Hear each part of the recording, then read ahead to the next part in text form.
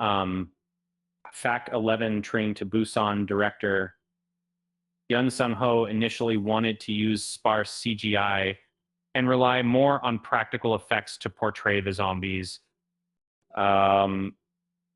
This decision was driven by the desire to create a more visceral and tangible horror experience. Eventually, CGI was used to enhance sequences where slow motion and crowd duplication were necessary, but the emphasis on practical effects helped lend a gritty realism to the film's frenetic energy. Fact 10. Many fans are sort of unaware that Train to Busan is actually part of a loose trilogy created by Yeon Sang-ho. The film serves as a live-action component in conjunction with two animated films, Seoul Station and Peninsula. While the events of each film are connected through the zombie outbreak premise, they stand alone in terms of storyline and character development.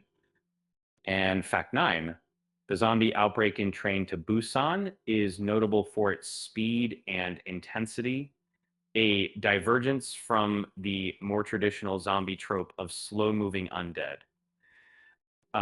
This portrayal was inspired by various fast-paced zombie films and was intended to heighten the tension and urgency throughout the movie. The agile zombies add a fresh, chaotic element to the survival story, influencing several subsequent zombie narratives. Fact 8, the train company depicted in the film, KTX, is a real high-speed rail service operating in South Korea. Yeon Sang-ho chose this setting for its universal familiarity and its unique challenges for survival horror.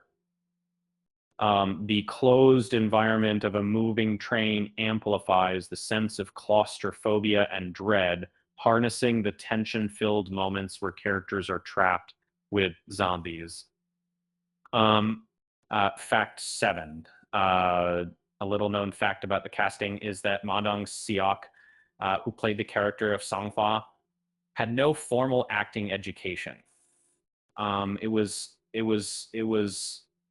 His natural charisma and commanding screen presence came from years of hard work and experience across various roles in Korean cinema.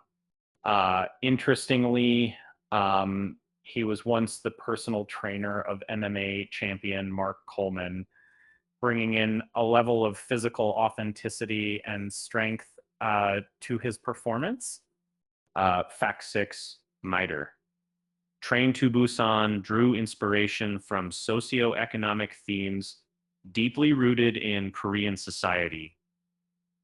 The film subtly critiques social class division and governmental apathy, using the microcosm of the train's passengers to reflect broader societal issues.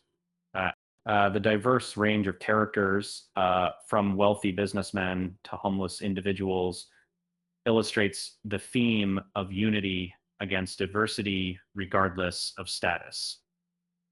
Fact 5. Originally, some scenes in Train to Busan included a subplot involving a group of passengers who become xenophobic and clash over different social ideologies. These scenes were meant to emphasize divisions and prejudices that can arise in extreme situations. However, they were eventually cut from the final edit to maintain a more streamlined and high-paced narrative, focusing on survival. Fact 4, the film was a groundbreaking success, becoming one of the highest-grossing Korean films both domestically and internationally. What's particularly interesting is that despite limited initial expectations, its heartfelt storyline and intense action sequences resonated with diverse audiences worldwide, strengthening South Korea's reputation in global. Fact 3. Train to Busan effectively used music to enhance the tension and build an emotional connection with the audience. Composer Jang Yong-gyu crafted a soundtrack that uniquely blends orchestral elements with electronic beats, underlining the film's frantic pace and emotional depth. The music serves as both a companion and uh, a contrast to the on-screen chaos and suspense. Fact two, although Yeon Sang-ho makes a conscious effort to separate himself from the American zombie film industry, particularly in thematic approaches, he acknowledges that Train to Busan was influenced by classic horror films, including George A. Romero's Night of the Living Dead. However, he sought to infuse the genre with a distinctly Korean perspective and emotional core, setting his work apart stylistically and culturally. Fact one, despite the grim topic, a rarely noted fact is that Train to Busan originally had a different, darker conclusion.